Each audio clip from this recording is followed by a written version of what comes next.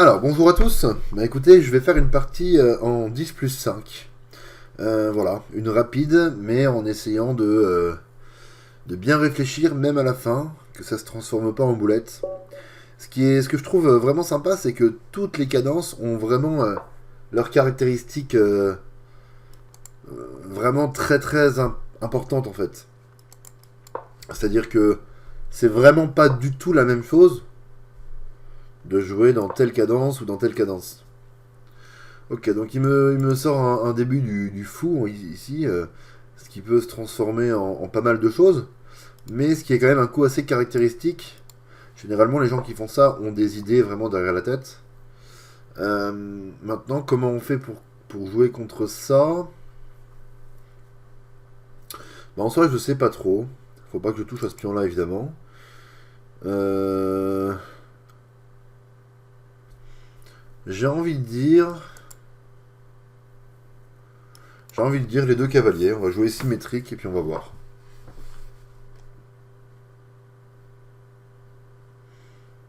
Euh, Ici, j'ai bien envie qu'il me tente ça, hein. En vrai, s'il veut. Donc j'ai envie de pas toucher à mon fou. Quel coup utile je peux faire en attendant? C'est une bonne question, hein. C'est une bonne question. Si je touche pas à mon fou, je sais pas ce que je fais, hein.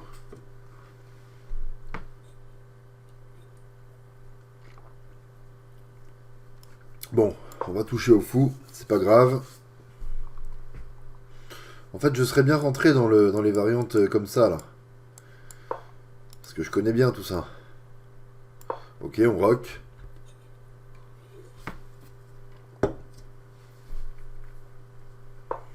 On va essayer d'obtenir une position sympa. Avec des idées de base, hein, ici. A5 pour empêcher B4. C'est toujours bien, hein. C'est toujours bien. Là, je vais mettre un cavalier sur cette belle case. Est-ce que je le fais tout de suite ou est-ce que je joue ça pour permettre au fou de sortir? Je pense que je joue ça, hein. Quand même utile. J'ai même envie de le mettre là, mon fou, en vrai. Parce que lui, il vient là faire un clouage. Le clouage là, dans 75% du temps, il sert à rien. Moi, j'ai envie de me dire, son fou blanc est fort. Si on l'échange, ça ouvre ma tour et ça rapproche un pion du centre qui pourra permettre de préparer la poussée de D5 un jour. Alors après, qu'est-ce qui se passe là-dessus? Ça, faut regarder quand même, hein. Parce que là, le cavalier, il est mal, là. Ah oui, non, non, alors, j'allais faire une grosse bêtise, là. Ça, c'est déjà très grave, hein, pour moi. Donc si je viens là, en fait, ça peut être pour prendre. Maintenant, s'il me fait pion prend, je suis globalement content.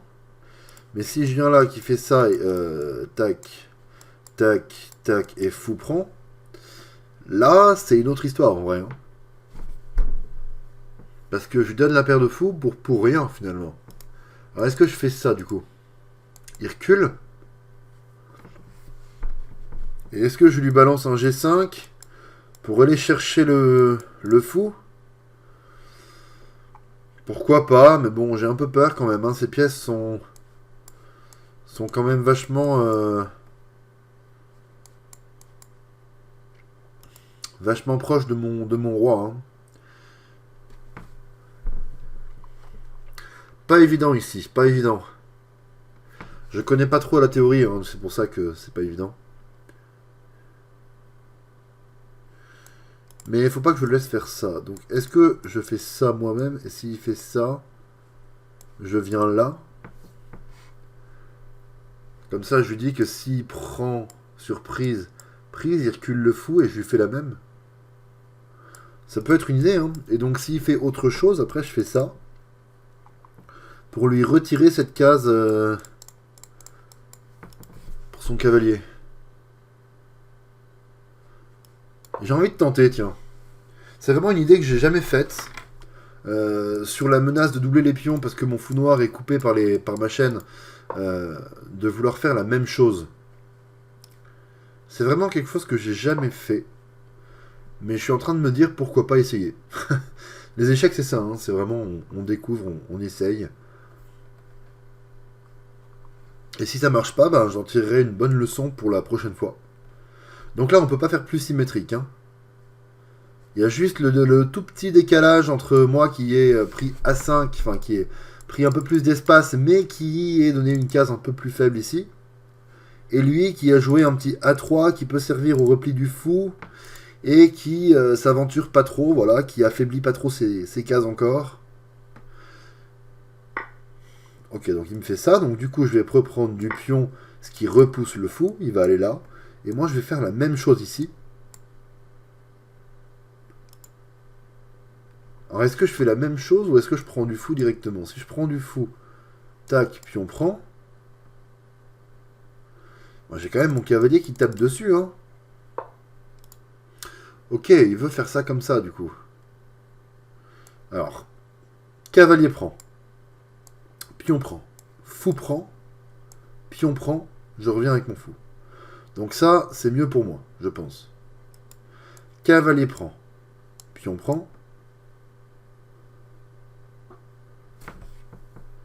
Si je fais autre chose que fou prend, ça veut dire qu'en fait, je reviens avec mon fou et je me fais doubler des pions.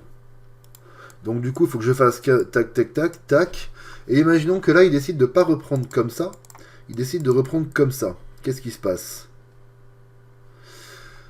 Ben, il aura un pion ici sur lequel je pourrais taper. Mais il faut que je bouge mon fou. Donc le fou, je le mets où? Peut-être que je reviens carrément là pour me dire, bon, je garde ma grande diagonale. Ou peut-être que je viens carrément ici. Pour lui dire, ton roi, maintenant, il est exposé, tout comme le mien, mais... Bon, ça me fait pas trop peur pour l'instant. Ah, attention à ce pion quand même. J'ai envie de tenter ça quand même. Je suis pas venu là pour me défiler, donc j'ai voulu faire ça. J'y vais jusqu'au bout. Alors il y a aussi l'idée de venir là avec le fou, hein, finalement. Après, honnêtement, il peut prendre, parce que prise...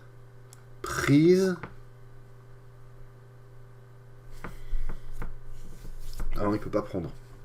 Il peut pas prendre. Donc j'ai envie de venir là, clairement.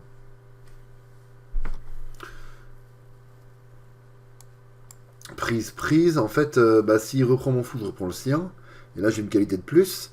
Et s'il reprend pas mon fou, ça veut dire qu'en fait, il bouge son fou. Bon, moi, je bouge mon fou.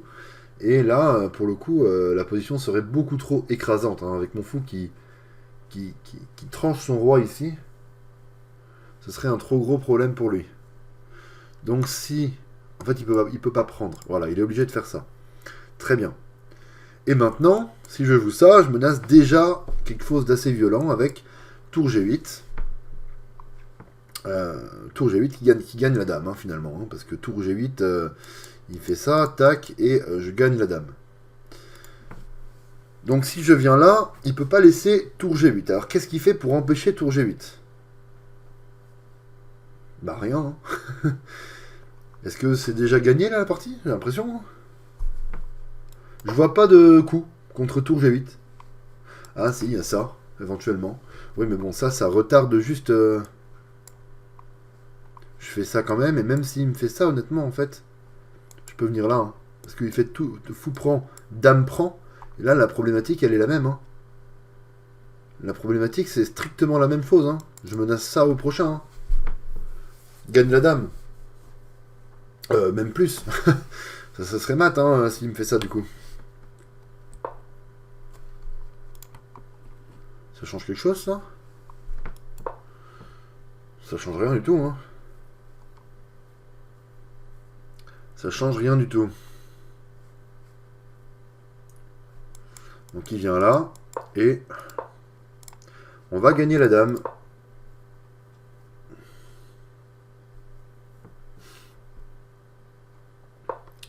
Et je pense qu'il va pouvoir déjà abandonner.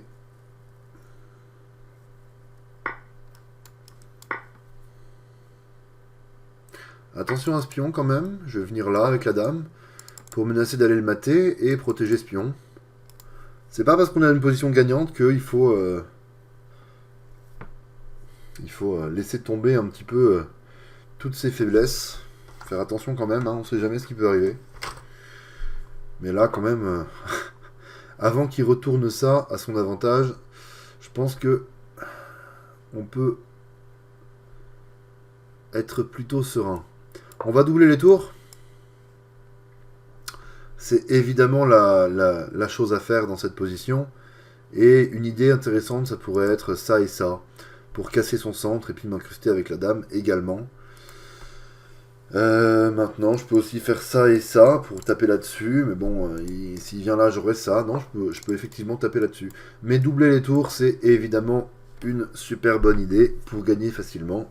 Parce qu'il ne pourra pas se protéger de tout. Et il ne pourra pas se protéger des échanges de tours que je vais pouvoir faire. Et moins il y aura de pièces sur l'échiquier, plus ma dame sera forte, évidemment.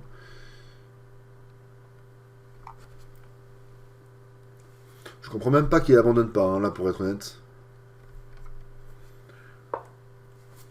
Parce que là, on va pouvoir faire ça. Échanger une tour. On va faire ça. S'il vient là, on va faire ça. On va prendre de l'espace à fond. Je pourrais faire ça, mais il vient là et en fait, il se passe rien. Donc j'attends un peu. J'attends juste un petit peu avant de faire ça, c'est tout. Ok. On va venir ici. On tient toujours ce pion et je menace ça. Sachant qu'il ne pourra pas prendre ni pousser parce qu'il y aura ça qui tombe et ensuite bah, ça va être mat bientôt. Donc je menace ça et bon bah après voilà, ça va être fini. En plus ça coupe son fou.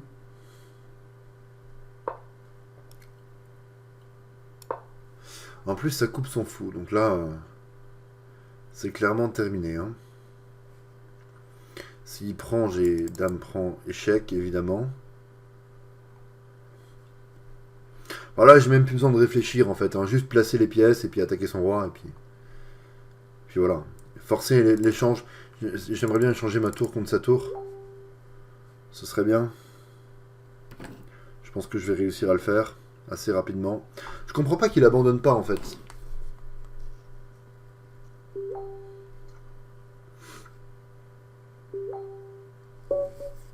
Voilà. C'est une partie bien propre. On va regarder l'échiquier d'analyse, voir si j'ai raté quelque chose, mais une partie clean, hein, bien propre. Je sais pas combien de temps elle a pris, ouais, 12 minutes. Une très belle partie. Hein. J'ai quand même... Il y a quand même une petite période où j'étais moins bien. Alors quand je fais ça, en fait s'il prend... Ah ouais, bah oui. S'il prend, en fait je reprends du fou, mais après il n'y a plus rien qui empêche ça. Je peux me venger un petit peu ici, mais ça compense pas le fait de me faire démolir la structure de pion. Ouais, donc en fait c'est une idée qui marchait pas. Mon adversaire a pas bien réagi, donc bah du coup c'est une victoire facile. Ah, je suis passé à côté d'un mat en 3 ici. Ah bah oui, parce que je pouvais carrément faire ça en fait. Je pouvais carrément faire ça. Et c'était mat. Ok, bon, bah sympa la partie. J'aurais appris quelque chose et puis je me serais entraîné à gagner une partie proprement. Voilà, salut!